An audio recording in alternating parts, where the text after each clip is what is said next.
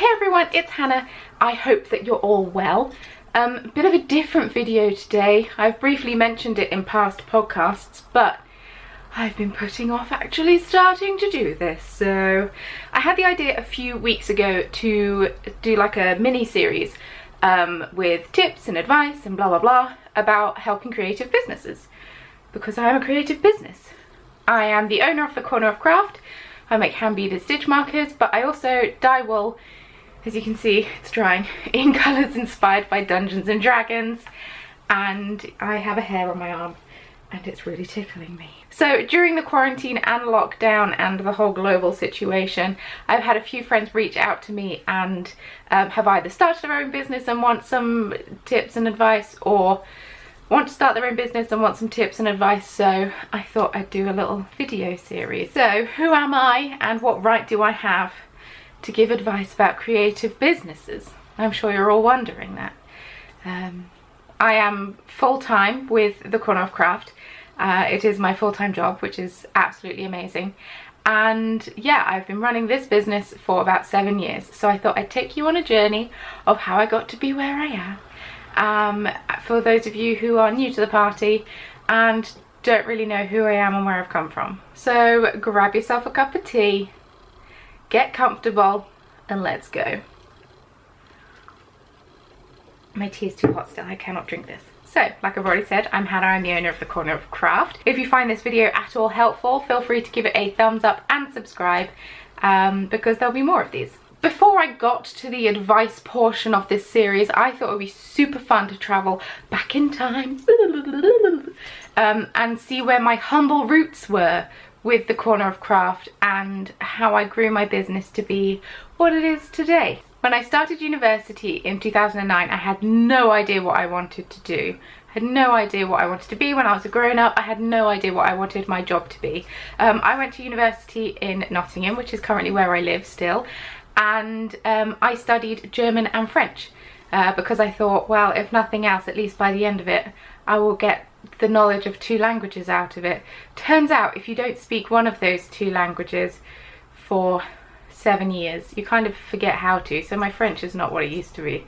But I lived in Germany for 2 years, so I can probably get by in German. I was really a crafty as a child, but I discovered that through Tumblr the friendship bracelet world, and got really back into making friendship bracelets again in like 2011, 2012, which sounds really weird, but I do like really super intricate friendship bracelets, and I actually have some videos on my channel on how to do various friendship bracelets that I used to do. And yeah, before I knew it, I had more friendship bracelets than friends, and didn't really know what to do with them because I was kind of overrun with them. So cue my first online shop. My first online shop was banana bracelets.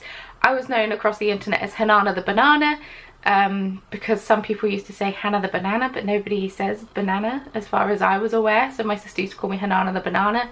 So I went off that and made banana bracelets. It came up on my Facebook memories actually recently that in July of 2012 I sold my first bracelet off my Store Envy website, which was what I used to sell my friendship bracelets. I sold it to a stranger, and I believe they were in the US, and oh my goodness, I was so excited. I had no idea. Before then, I'd only kind of sold some to university friends and some other people. I had sold a penguin bracelet to a random person on a train that had seen me make them, said that they liked it, and then bought one of the bracelets off me that I happened to have that I'd made on another train journey or something, which is actually madness. Well, as you can imagine, friendship bracelets take a really long time to make. It's essentially macrame, just on a very small scale. And I was not charging enough for the friendship bracelets because nobody would charge enough for the friendship bracelets. Well, nobody would pay what I would deem enough now for the friendship bracelets. Clearly, I've always had a thing for the time-consuming crafts. Bead weaving is time-consuming, knitting is time-consuming. Yarn dyeing, not as time-consuming, but the things you do with the yarn are time-consuming. Unless it's just getting in a tangle, in which case that happens very quickly. But because I didn't charge enough for my products, my business was actually quite unsustainable. It was never going to be a long-term thing because it just wasn't. It wasn't. The fact that I was able to charge £10 for a bracelet at all was actually madness. I actually got an order from one of my friends who wanted to have 10 of the same kind of bracelet. I told him that it would be £10 per bracelet. It was a cheeky £100 in my pocket. It took me weeks to make them, so actually I was probably at a loss. So cue the corner of craft. I set up Teacock, we're not going to call it that, the corner of craft, in October of 2013, and it was actually where I wanted to sell things that I had crocheted, because I was big into crochet. It's actually before I got big into knitting, so. My business name was named after the craft corner, which was a designated space I had in the flat that was the first flat that Mario and I lived in together, and we lived with a third person as well, and I was designated a corner for craft supplies. Of course, it took over the flat a little bit, but we had Mario made like a shelving unit out of a giant cardboard box that my friend Matt had got his cello in. We made a shelving unit for all of my acrylic yarn, and that was Craft Corner. Obviously Craft Corner was taken on Etsy, so we wiggled it around a bit and made it the corner of craft, because apparently that seemed to work. I always had the idea of I can always change it in the future if I come up with something better, but apparently I haven't come up with anything better since, so we've stuck with it. I shortly after started working at a bead shop where I learnt how to bead weave and make jewellery, so I started to add some jewellery in that I'd made, and also bead weaving things that I'd made. In May of 2014 I set up this YouTube channel, which is where you are currently watching this. Hi, I'm Hannah, I'm the face behind the corner of craft. I'd had a previous YouTube channel where I would do makeup tutorials and stuff since January of 2008, so I felt quite comfortable in front of the camera, seeing as I kind of grew up in front of it, in regards to I would film terrible videos on my Samsung slide-up phone that I couldn't edit, so I had to do it all in one shot. And yeah, so I started to do tutorials on there as a way to basically market my business. So I would list my items on Etsy, and I really struggled to get any sales. I would try promoting it as much as I could on Instagram, on Facebook. I would post things onto Pinterest, and it just wasn't working. So I shifted my focus and thought the DIY scene, the crafty scene on YouTube was pretty big in 2014, 2015. So I shifted my focus and started to put a lot of effort into tutorials. I did a lot of collaborations with people, and basically had a fair few videos do quite well for me. One of which I recorded 6 years ago, and in the last month has blown up because of a K-pop star, sorry, not J-pop star, a K-pop star, who had made a bracelet similar to one that I had made, and so people were googling how to do the bracelet, and my tutorial had come up, and it's had like 200,000 views in the last 6 weeks or something. It's madness, but anyway, that's not the point. Yeah, so I started to shift my focus and put a lot of effort into YouTube. Then we moved to Germany. Mario was a teacher at this time and wanted to teach abroad, and I can speak German, I mean kind of, not fluent by any means, but I thought I'd have a better chance of getting a job in a country where I speak the language than anywhere else. Turns out that wasn't the case. Some personal family things happened back in England which really affected me way more than I realised. I experienced anxiety for the first time, social anxiety specifically, and I had never experienced anything like this before, and it kind of threw me for a loop. I only had one interview while I was in Germany and seemed to have forgotten all German I had ever learnt, and it was maybe the worst interview I've ever done, and I left and immediately broke down, cried afterwards, and needless to say, didn't get the job. So because I wasn't able to get a job, and my first year in Germany I was actually quite depressed, I felt very lonely. The only friends that I had and the only people that I was talking to, I tried to go a couple of times to a knit night, but then my anxiety got the better of me, and it was people that Mario was working with were the other people that I had befriended. And Mario was my husband, for those that don't know. We were just dating at the time. We got married last year. And yeah, very lonely. So I kind of threw myself into YouTube and the online crafting community as a way to make friends and have friends and still talk to people, basically. I did my first live stream on YouTube on my 25th birthday that I spent by myself in my flat because My husband had to go to work because he had a job. It was a really lonely time. Had a bit of a wake-up call in the summer of 2016, and I decided to get a grip. Now that's a personal thing that happened that we're not going into right now, and probably never will to on the internet because it's not needed, but had a bit of a wake-up call. And so yes, I decided to make some friends. That is where I met my bestie Becky, who lived across the road from where I lived. Not even across the road, literally not that far away. She lived in like the building opposite, and she was also an avid knitter. Introduced me to the online knitting world. So I started to go to the knit nights more, and actually made some friends because Becky is great.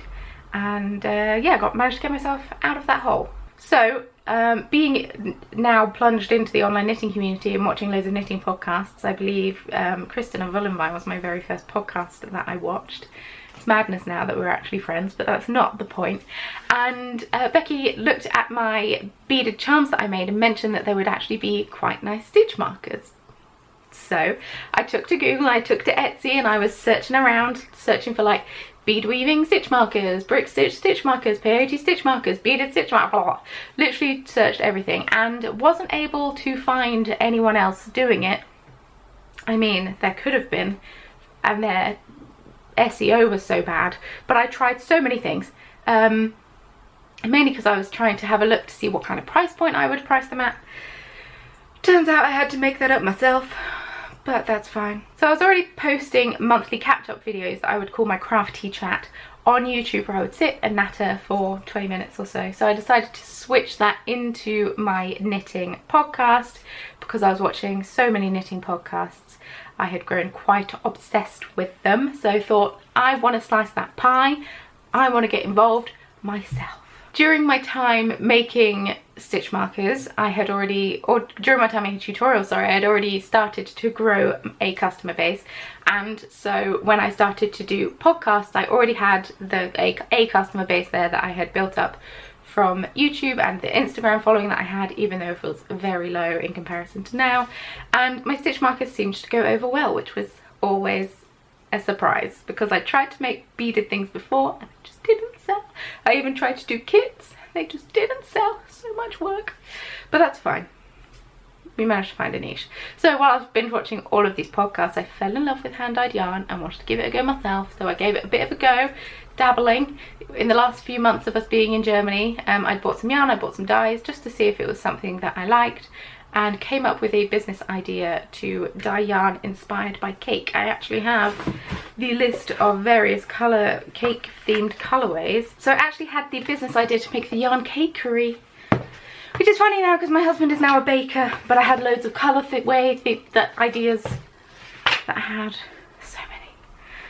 And I made a list of various tutorials that I found useful, and I decided to give it a go. I had a lot of fun doing it. So we moved back to the UK in 2017 as Marie decided she didn't want to be a teacher anymore, and I decided to create chromatic yarns instead of the yarn cakery, and combine my love of Dungeons and Dragons, which is great, and my love of yarn into chromatic yarns and dye Dungeons and Dragons themed yarn, which is what I do today. I got a part-time job at a coffee shop because I didn't want to fall down the depression rabbit hole that I'd fallen down in Germany, which is what I thought I would do if I tried to focus my business full-time. Also, I was not earning enough to focus my business full-time, but I think I was a little bit in denial about that. I was terrified of going back to work after having 2 years off. Even though it wasn't off, I was still working, but you know what I mean. So I was just working at a coffee shop 5 days a week, 8 till 2, absolutely perfect. And then I got a promotion to be a supervisor, which meant a pay rise, but it also meant that my nice cushy 8 till 2, 5 days a week kind of stopped. I was still part-time, but I would do some 6:30 till 2, which was fine because I could still come home and do work afterwards. But I was also doing some 10 till 7:30 or 10 till I don't know, 10 till late. I can't remember the exact times. Which just did not sit right with me because I then couldn't come home and work on my business because I'd be tired and want to go to bed. And actually have some free time. So I realised that my part-time work was actually taking over my business line.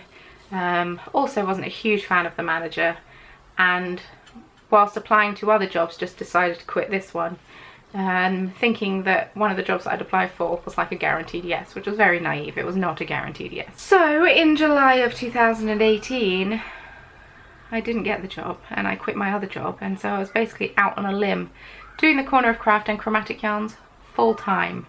And I'm not gonna lie, possibly the best decision I've ever made. I'm aware it was a huge risk. I thought my mental health would take a huge hit like it did do before when I was in Germany, but I have tried really hard to continue to meet up with people and see people and talk to people, which obviously I've not been able to do during this time.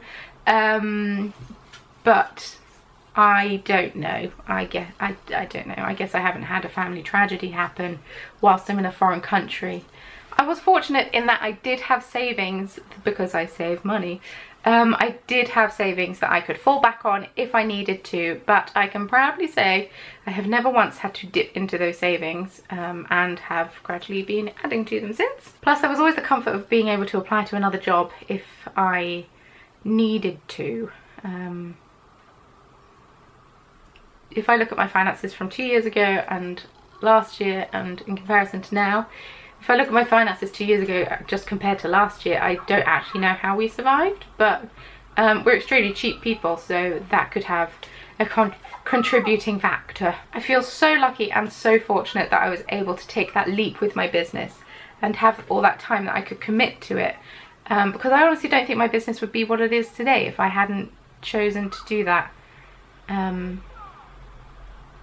Now, I'm not saying that you should quit your job and work on your business full time. Honestly, being an almost 30-year-old, looking back now, that was actually madness that I decided to do that 2 years ago, but it seems to have worked in my favour. And like I've said, I did have the safety net of savings and another job if it came down to it. So there we have it, a brief history of the Corner of Craft. I have another hair on my arm. I washed my hair today, so my hair's all falling out. I hope that you found it interesting, and I'm sorry, my room is a mess because I'm a messy person. It's what I am. So yeah, I hope that you found this video interesting, and that you're excited for this mini-series I have coming up. I got some treats of a video for you. Lots coming up, so I hope that you find it interesting and that you enjoy it, and that even if I don't help any of you, that you still find this entertaining.